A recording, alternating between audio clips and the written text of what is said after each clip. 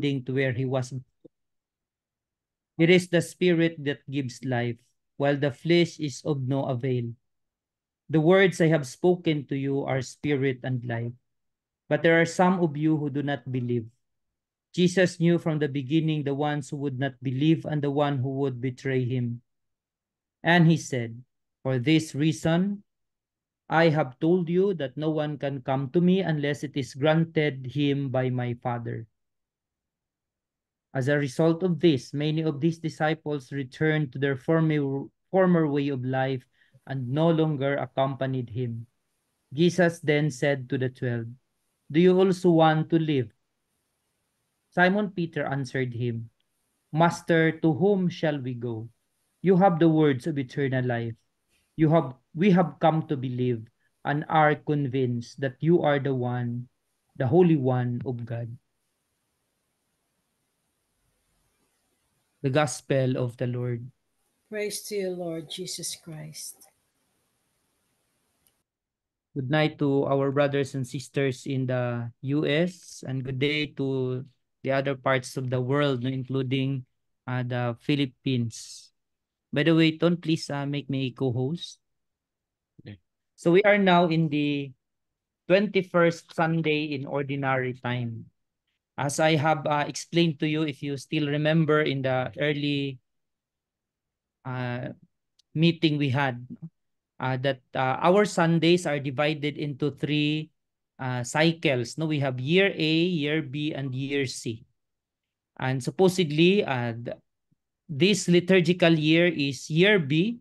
So the gospel that we use is the gospel according to Mark.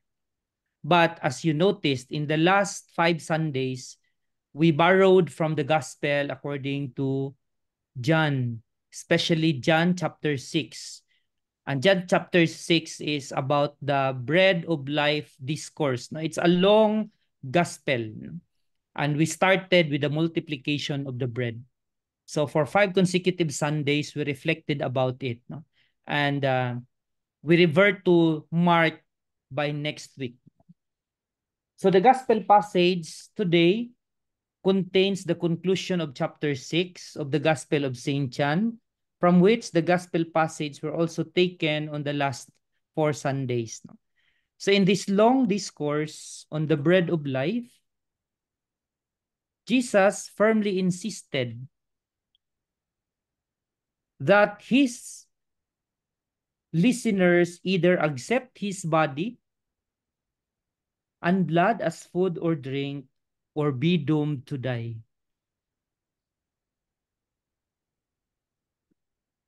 So today, today's gospel passage tells us of the total rejection of Jesus's offer by his listeners.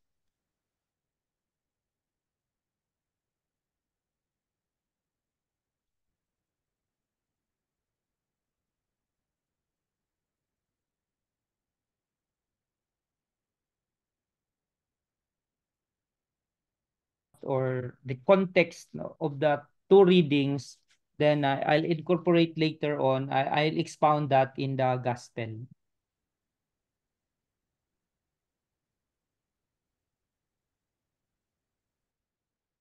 So the first reading is taken from supposedly that's from the book of Joshua. Joshua, still a young man, proved to be a most faithful attendant and military commandant to Moses during Israel's journey through the desert. Then at the close of his life, under God's instructions, Moses anointed him as leader of the people of Israel. So under Joshua's leadership, the Israelites crossed the river Jordan and gradually conquered the land of Canaan. He apportioned it to the various tribes as the conquest went on. So with the conquest over and feeling the end to be near,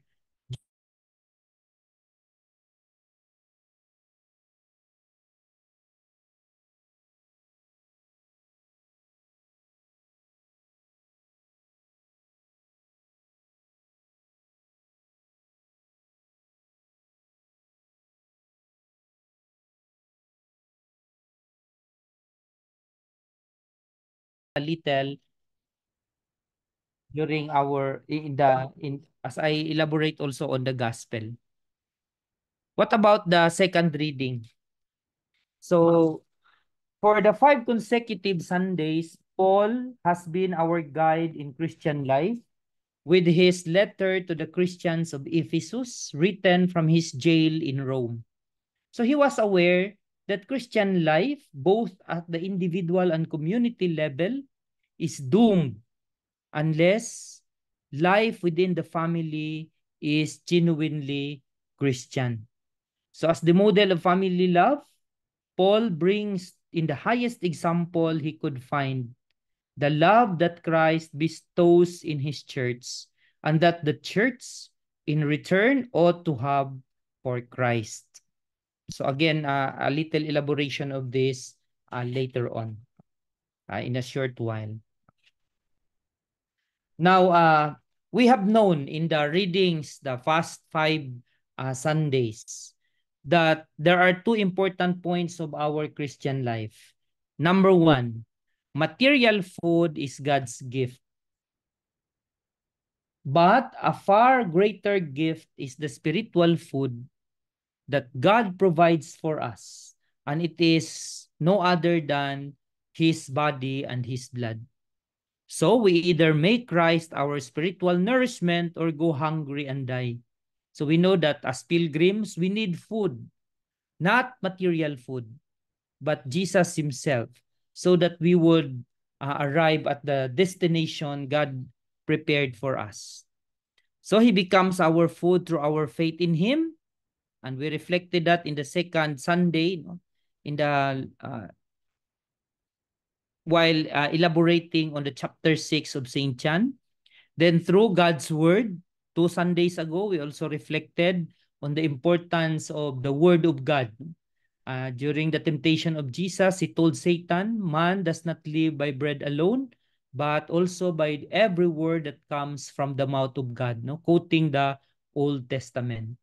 And last Sunday, the core of Jesus's bread of life discourse, because he was already telling them that he is the bread that comes down from heaven, and whoever eats this bread will live forever. So partaking the Eucharist is a serious affair. So it amounts to ratifying each time the covenant we signed with Christ at our baptism. I have to contextualize it a little, no, with our experience here in the Philippines. According to SWS survey, that is social weather survey system. So it's a company that of course comes up with some surveys and statistics. Usually this they play important role, especially during election. But in their February 2023 survey, it appears that only around 36% or 38% of Filipinos are going to church weekly. And that's a decrease accordingly from the 1991 result, no, which is from 67%, no, or 60 plus percent. But I think in the US, no, there is much smaller number of people, especially Catholics, who really come to the church on a regular basis, especially on a Sunday. So every time we attend the celebration of the Eucharist, it amounts to renewing our baptismal promises we had, no, when we, of course, received the sacrament of baptism. So I'll now go back to the reading, or to the second reading, no, from the book of Joshua. So as we know, Joshua became now the leader since Moses already died. Then once settled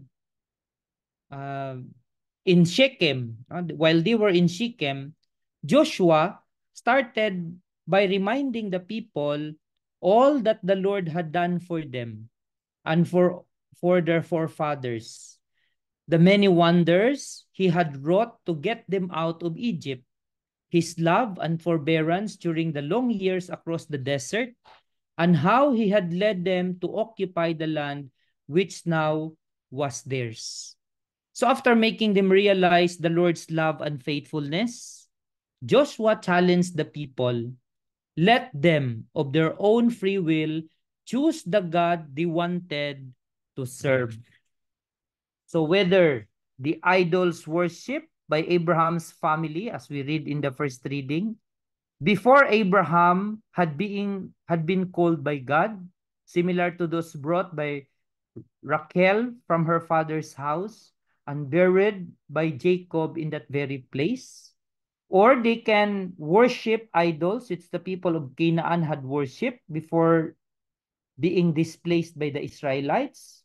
Or they could worship the Lord himself. So Joshua hastened to set the example. Decide today whom you will serve.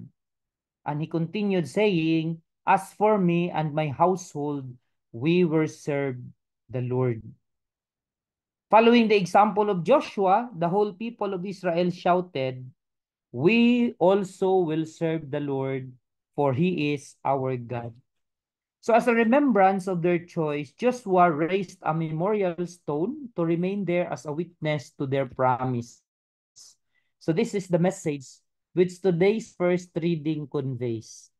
The people of Israel was asked to choose between the Lord and idols. Fortunately for them, they chose the Lord. So in so doing, they had ratified the covenant God had established with them at Sinai.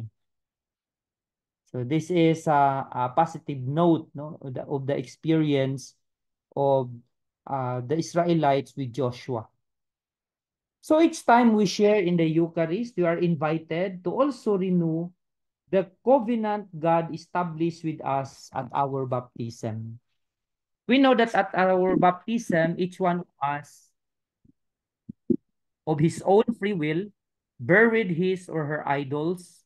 And these are the idols of selfishness, pride, greed, love of pleasure, and so on, and decidedly chose Christ. If we receive baptism as children, we, on becoming adults, accepted the commitment made in our name by our godparents at our baptism. So ours was an individual choice.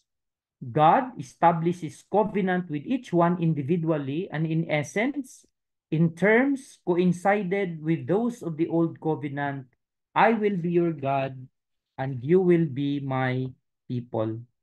So Christ offered us his love, his help, his protection, and above all, his own life, the life in the Spirit. And we promise to be his own, to observe God's commandments, which he had summed up into a single one commandment, and that is the commandment of love.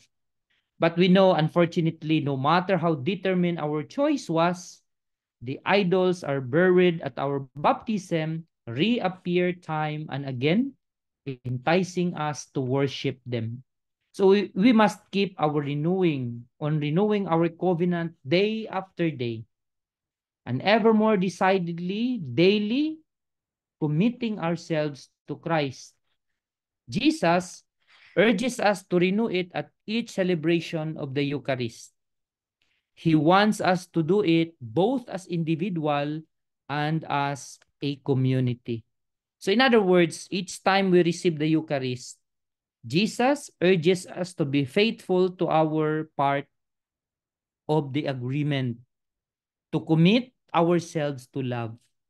So in this, Jesus is adamant to exclude even a single person from our love, make us unfit to receive the Eucharist. And there are uh, many readings about that, especially in the letter of Paul to the Corinthians, that if we celebrate the Eucharist and we do not truly respect and love one another, that celebration would be a scandal instead. So like the Jews at the time of Joshua, we too must choose between Christ and idols, between love and selfishness. Fortunate shall we if we make the right choice. The second reading, as I initially mentioned to you, Paul writes beautifully to the Christians of Ephesus about married love. The love that husband and wife ought to have for one another. So it must be a copy of the love that Christ has for his church and the church has for Christ. So this applies to all genuine love. Either our love is truly Christian, like Christ's love, or it is nothing.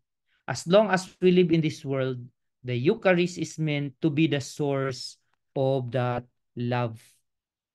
Now, we must renew our covenant with Christ at each Sunday service. So every time we come to the celebration, Jesus compels us, so to say, to take sides just as he did with his listeners at Capernaum. We see Jesus' listeners reacting in different ways to his promise of the Eucharist. We know in the Old Testament, in the previous Sundays, we heard about the people murmuring to Moses, complaining why Moses brought them in the desert. Now we also hear people, even the very disciples of the Lord, murmuring because they could not accept for them the new teaching about the Eucharist, that Jesus is offering his very own flesh and his very own blood to be the food and drink that Jesus provides for his disciples. So we see the reactions. His enemies, the Jewish religious leaders, rejected his gift from the start and led others to do the same. There are also a large group of people who followed him, but they become superficial. They no longer accompanied him. And we also have the apostles who wavered. And Jesus challenged them, do you also want to live? So the same question is asked of us now. I think I mentioned to you once that today Catholics, especially, we have this what we call buffet Christianity. Sometimes we just accept and pick the church's teachings that we feel a little bit comfortable. But for hard teachings, we sometimes defy them. But true discipleship is not that. No? We really have to say yes to God if we really mean yes. And as it is, it's also very biblical. No? And we have to say our no if we really mean it. So when Jesus asked his disciples if they would also leave him, we have Peter replying to Jesus, Master, to whom shall we go? You alone have the words of eternal life. So there is a person in today's gospel who does not belong to any groups mentioned above, Judas. Exteriorly, he still walked with the master and with the other apostles. Spiritually, however, he was miles away from him and from them.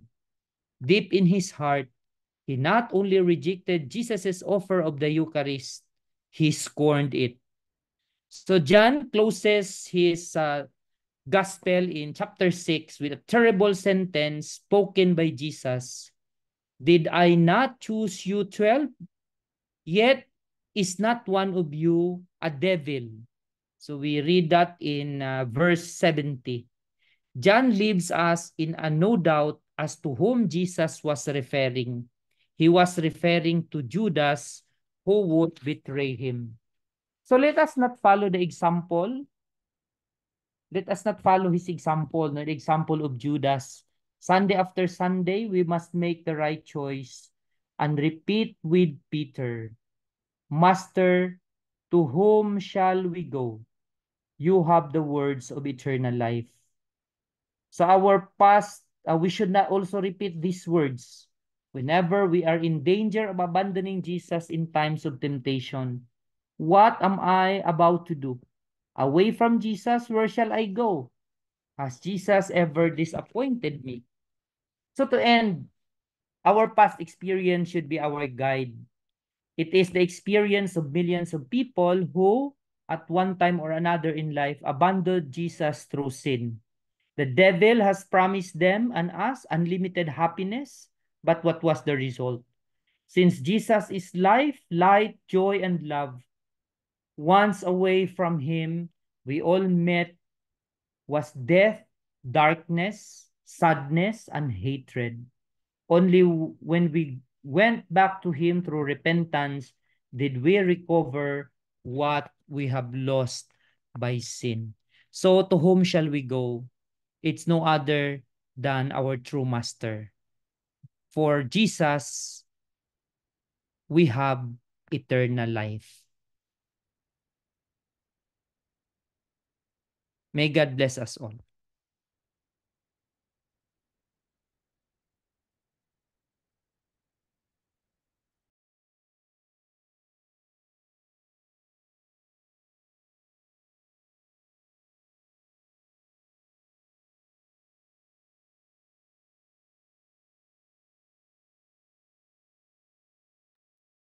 Blessed weekend, everyone. Spirit of God in the clear running water, blowing to greatness the trees on the hill. Spirit of God in the finger of morning, fill the earth, bring it to birth and blow where you will.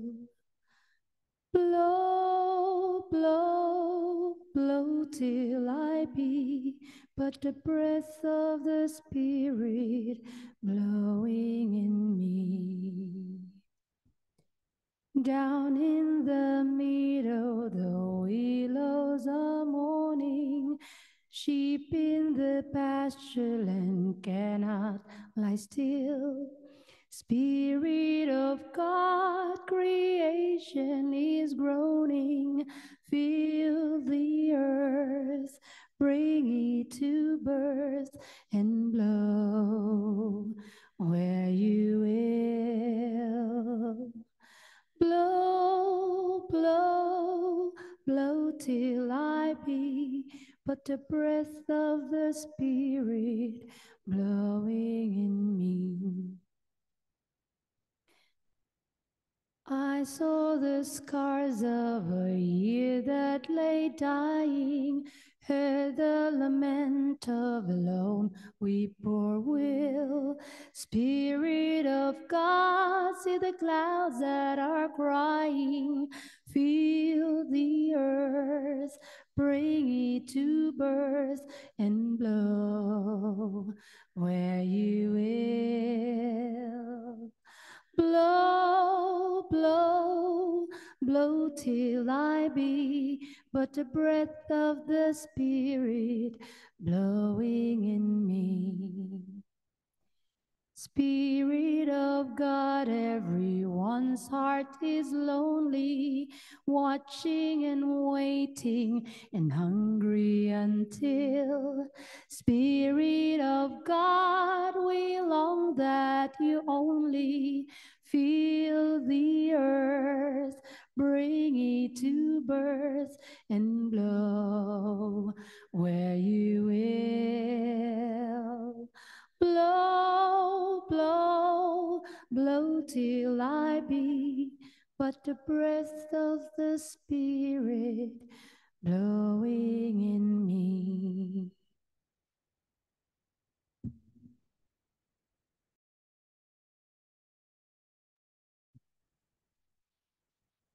Father Tom, thank you so much for your wisdom, divine wisdom shared. Thank you for your presence, and I'd like also take advantage of taking give, give giving gratitude and thanking the people who participated, especially Jacqueline from Australia. We have Doc Rodi, Ati Doxes, Doc Rich. Thank you, and Joseph. Thank you. Father Tam, thank you for your presence, Father Tam. Sorry for the Family. hacked account, but you will, you know, something is lost, you'll gain more.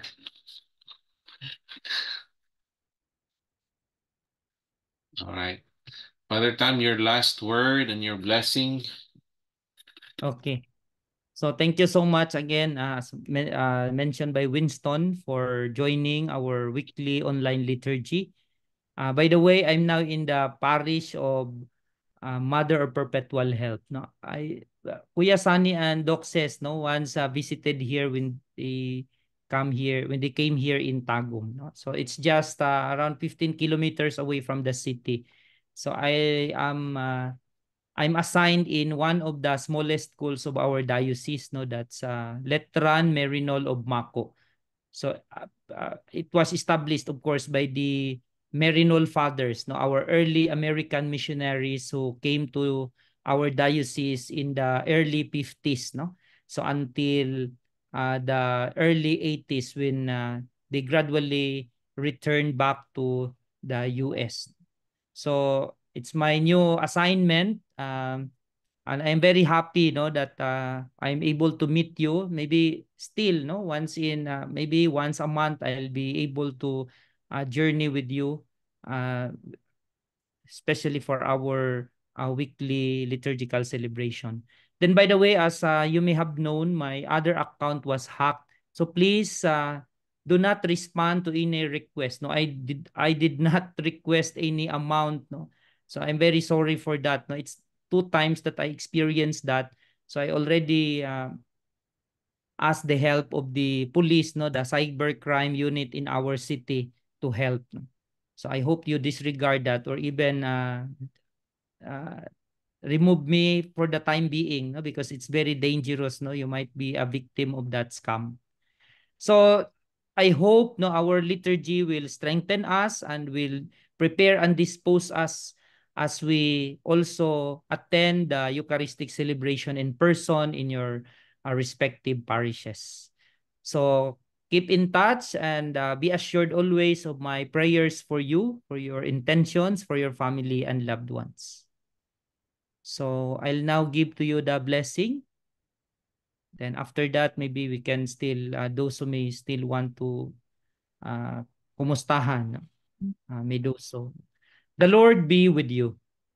And with your spirit. And may the Almighty God bless you all, the Father, the Son, and the Holy Spirit. Amen. May God bless all of us.